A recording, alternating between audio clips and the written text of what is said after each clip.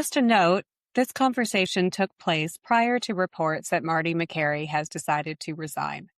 We've kept that commentary because we feel it adds value. We hope you agree.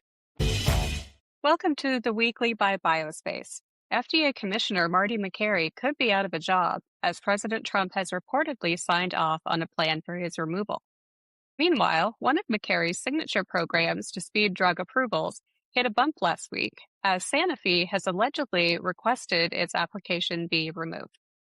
On the business side, Biospace unveils our annual compensation report. Was Eli Lilly's David Ricks the highest paid in 2025? Or was it J&J's Joaquim Duato? Stay tuned to find out. Hi. Hello. Just for our listeners out there, Jeff Axt is away in San Diego right now for a conference. So it is just Annalee and I this week. Yeah, we're a small crew.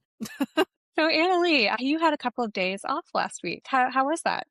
It was awesome. My dad came up and we built my garden fence. I'm building like my dream garden in my backyard, and it was a lot of manual labor. So I'm pretty happy to be back at my desk job this week. But it's been super, super fun. I have so much work to do. I'm just getting the soil today. So now I just have to do it. Now I have to grow stuff. So is this going to be a vegetable garden? Both. I'm going to have flowers and vegetables. Yep. Nice. My mom is just itching to get started with hers, but we got frost this morning. Yeah, and for our listeners, it's a long weekend in Canada, and this weekend is known as May Long Weekend. And it's supposed to be like across the country, it's supposed to be when you can plant your gardens. Yeah. But this year we're going to go down to -2, which is obviously freezing. So we can't plant. And Canadians are very mad about that.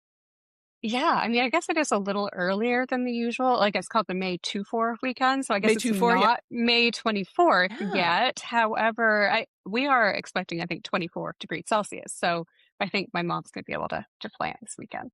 Yeah, I mean, it must have been just because it fell on like the second, I don't know, the way the weeks fell or something. But it's early this year. But we all feel like we should be camping and planting, but that will not be the case. Spring will get here. It just will. It has to. Well, for anyone who doesn't know Annalee and I'm Heather McKenzie. I'm senior editor here at Biospace, and I curate the Clinica Space newsletter that hits your inboxes on Mondays. And I am Annalee Armstrong. I am senior editor, and I do the weekly Biopharm Executive newsletter, which covers everything you need to know in the C-suite. So, Heather, while I was away, was there any news? That is an excellent question.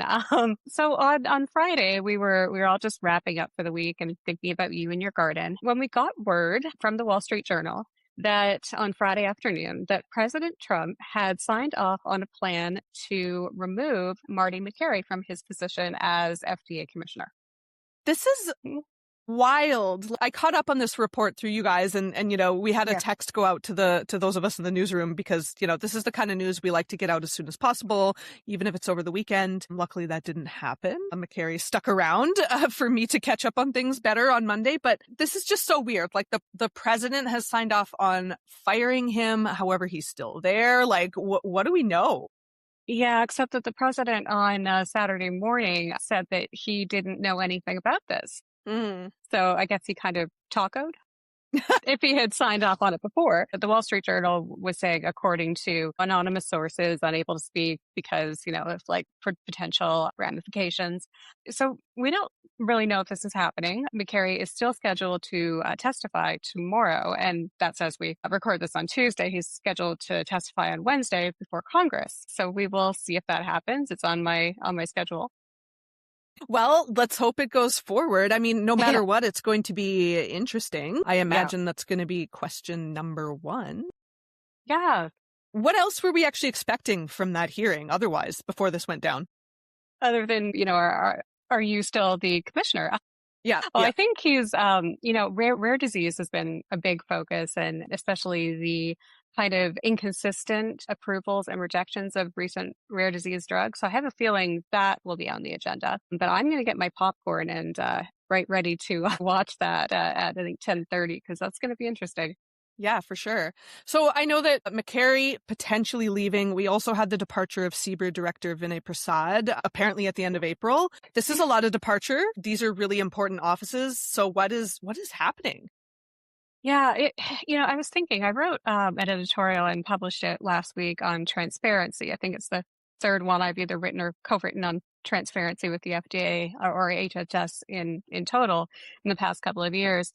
But this right here, this speaks to the transparency issues that keep coming up with this administration again and again.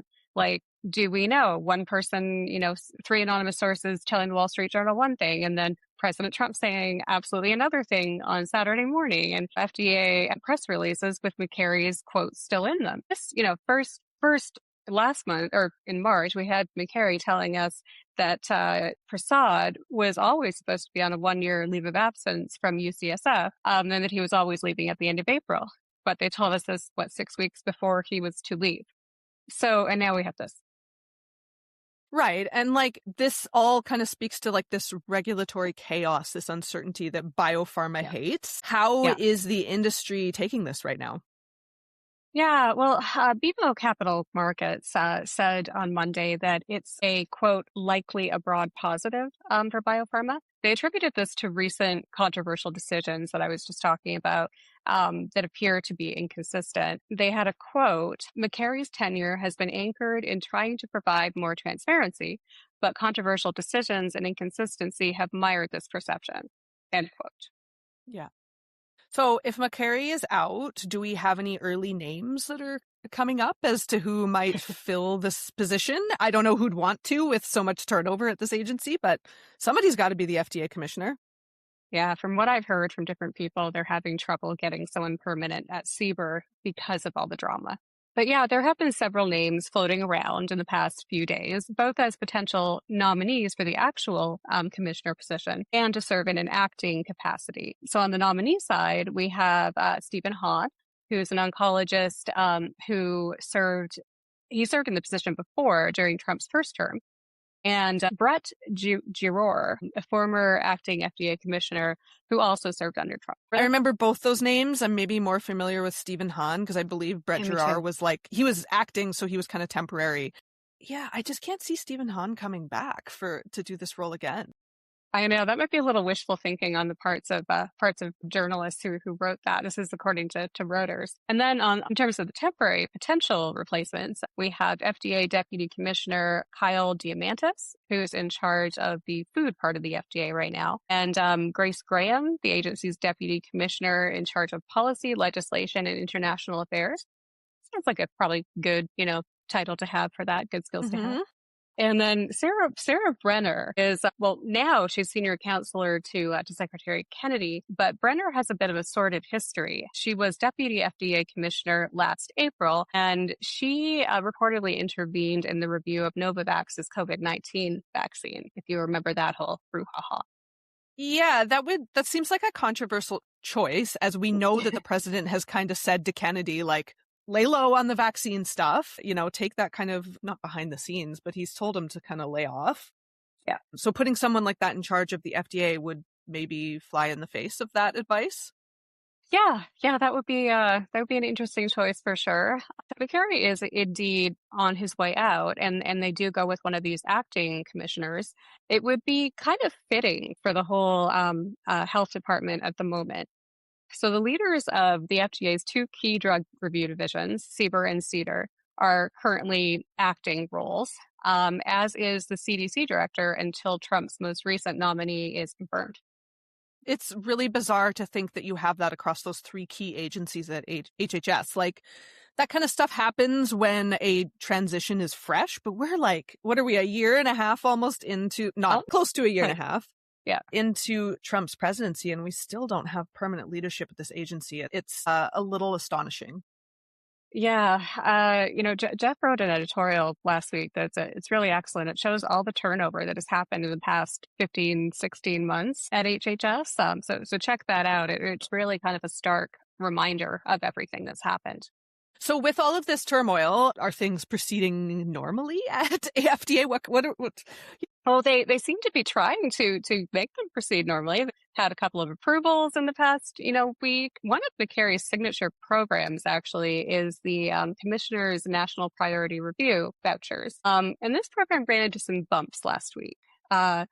Stat News reported that Sanofi has requested that Tzield, which is its diabetes delay drug, be removed from the program.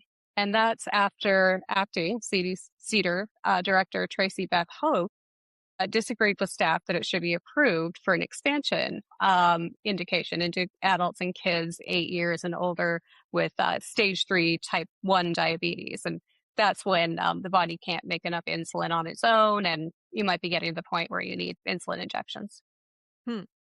So do we have any indication of what happened behind the scenes there, or just another disagreement, apparently, with leadership and staff. Sanofi, I reached out to Sanofi. They would not confirm it. So this is just going by stats reporting. But it's, it's at the same time, though, the 7th drug did get approved under the CNPV program. So Partner Therapeutics, that's a nice name, announced that it had received a voucher for Bizengri to treat an ultra-rare bile duct cancer. So they announced this on Wednesday.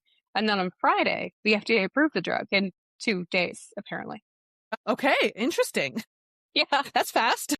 I don't know if this is just a really, really late announcement by Partner, or if this somehow, I don't want to speculate, but yeah, that was seemingly a 2-day approval. And under this program, it's supposed to be shortens the review times from 10 to 12 months to 1 to 2 months. Not 1 to 2 days, though. So we don't know what happened there. Wow. So that is the FDA. But aside from all of that mess, we have another juicy report coming up this week. Yes. So I have spent the past couple of weeks behind the scenes digging through companies' proxy reports, which is my absolute least favorite thing to do, by the way. It's one of those things where I love analyzing the data, but collecting it sucks, because it's just everybody reports their exec compensation differently, et cetera, et cetera. But anyways, I have done the analysis. I am on the other side.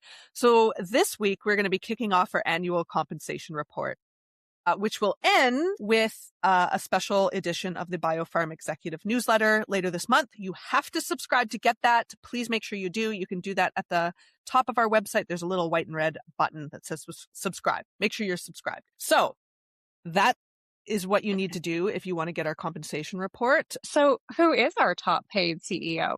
Wait, I bet I can guess. Is it David Ricks? Ding, ding, ding, ding. You have it right. Of course it's David Ricks from Eli Lilly. He made $36.7 million, which is absolutely no surprise that they are just throwing buckets of money at this man. Lilly had a tremendous year in 2025. Their valuation briefly touched $1 trillion, which has never been done for a pharma company. So they are certainly happy with his leadership. One thing that's been pretty interesting is he's also been doing a victory lap. He's been doing a lot of media. He's really become the face of this kind of GLP-1 market. So yeah, it's absolutely not surprising that he is the number one highest paid CEO in pharma. David, I am totally on board your yacht for an interview, just so you know. That's Yeah. Biospace will come to your yacht. We will go on location, certainly. Yeah. So, and then in number 2, we had J&J's Joaquin Duato. He also made over $30 million. Again, there's no surprise. J&J is the largest healthcare company. They have multiple units, so it's not just pharma. So largest healthcare company in the world, I believe. So that the CEO of J&J is always high paid. Another not surprise, we have more men than named Robert than we do women. Once again, yeah. It never surprises me, but it always disappoints me. I know. So if you're wondering, it's Amgen, Merck, and AbbVie who are the Roberts. But we did have 2 women, and actually some very interesting dynamic when we zoom out and look at the women. So GSK's Emma Walmsley was the highest paid woman. She actually swapped places with Vertex's Reshma Kowal-Ramani this year. This is interesting because Walmsley actually left her post at the end of 2025. She's been replaced by Luke Meals. But GSK made a really big effort throughout 2025 to get Walmsley's compensation up to better match her peers. So she did get a pretty big pay bump for 2025. And Meals, who has now taken over, is going to basically benefit from that although he's going to be paid, less in his first couple of years. He's never had a CEO role before, and whereas Walmsley had previously served as CEO. So kind of some interesting dynamics going on at GSK. Well, keep an eye out for Biopharm Executive this month, as we will have more stories on the dynamics of CEO pay throughout the month. And again, make sure that you subscribe to Biopharm Executive and all of our other newsletters so that you can get that special edition on executive compensation too. Well, that is it for us this week. We will be back with the whole team next week, and yeah, enjoy your spring.